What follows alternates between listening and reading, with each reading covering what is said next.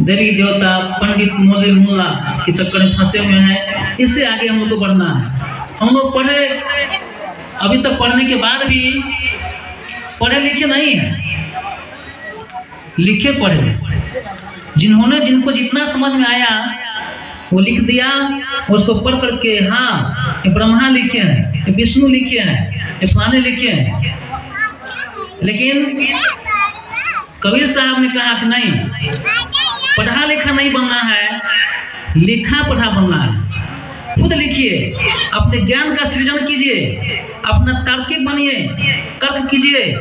क्या हो सकता है, विज्ञान का युग आ गया है, हम उसके सहारे आज इतना तक ये कपड़ा दिया हुआ विज्ञान का दिया हुआ है, ये माइक दिया हुआ विज्ञान का दिया हुआ है, ये समियाना, ये भोजन, ये सभी मनुष्य के द्वारा खुद से उत्पादित किया गया है। यदि हम नहीं होते तो कोई नहीं होता। कबीर साहब ने कहा अपने आप को पहचानो, आप कौन हो। इसी कड़ी में एक कबीर साहब का चौधरी प्रसाद द्विवेदी जी ने कुछ विश्लेषण किए हैं, वो मैं रख रहा हूँ कुछ ही शब्दों में।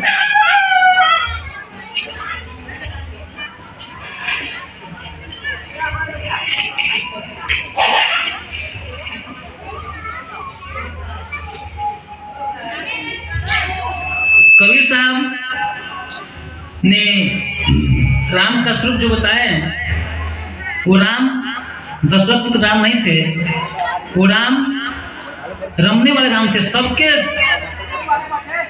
शरीर में, सभी जीवात्मा में रमने वाले राम को उन्होंने राम बताया। और हम लोग राम पूजते हैं मंदिर में, मठ में, जहाँ तहाँ पूजते, उसी कड़ी में उन्होंने कहा है, कस्तूरी कुंडली बसाए मृग दूढ़े बनमाही, जैसे घटी घटी राम है दुनिया देखे नहीं। कस्तूरी कुंडली बसाए मृग दूढ़े बनमाही, जैसे घटी घटी राम है दुनिया देखे नहीं। एक हरिण होता है जिसकी नाभि में कस्तूरी होती है। कस्तूरी की जब सुगंध फैलती है तब हरिण उसे जंगल में ढूंढता है कि यह सुगंध कहाँ से आ रहा है। अब हरिण को यह पता नहीं है कि कस्तूरी तो उसकी ही नाभि में है। इस हरिण की तरह यह दुनिया भी नादान है, क्योंकि राम तो प्रत्येक घट घट में अर्थात प्रत्येक जीवित शरीर में व्याप्त है, परंतु नादान मनुष्य उसे बाहर ढूंढता है। कबीर साहब का मानना है कि मुक्ति की साधना कोई मुश्किल काम नहीं, यह तो हमारे भीतर है। रहस्यवादी उक्तियों और उपनिषदवासियों में कबीर ने राम के स्वरूप का विस्तृत विवेचन किया है। उन उक्तियों को कबीर कभी कभी बहुत सहज करके दिखाते हैं। पंडित होई सुख पद ही विचारे, मुरिस नाही बुझे, बिन हाथिन पाइन बिन कामनी बिन लोचन जग सूझे।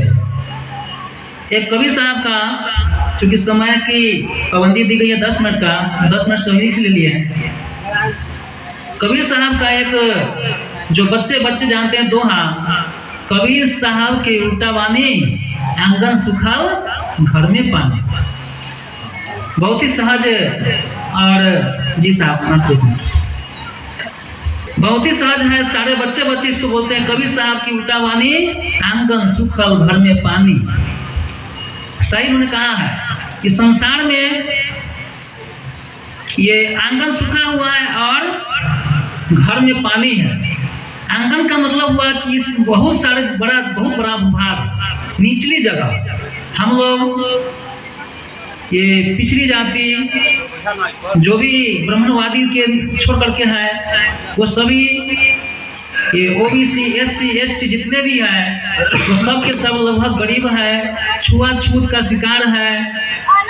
और वो उनका रहन सहन, वेशभूषा, साहित्यिक जीवन, ये सभी बहुत नीचा है। लेकिन कुछ ही हाथों में खाने के लिए पानी नहीं है, अन्न नहीं है, पीने के लिए पानी नहीं है।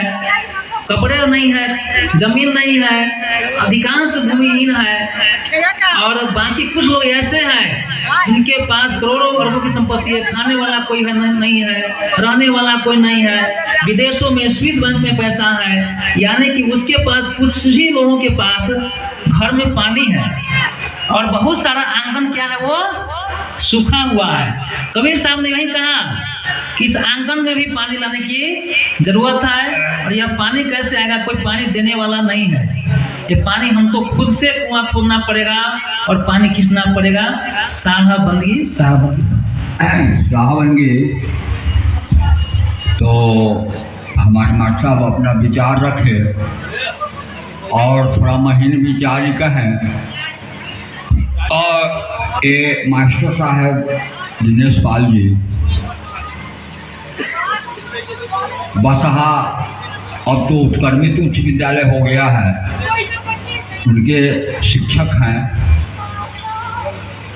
और पीएचडी कर रहे हैं कबीर साहब के जो वाणी है उनकी जो रचना है उस पर पीएचडी कर रहे हैं, तो थोड़ा गुड है। तो हम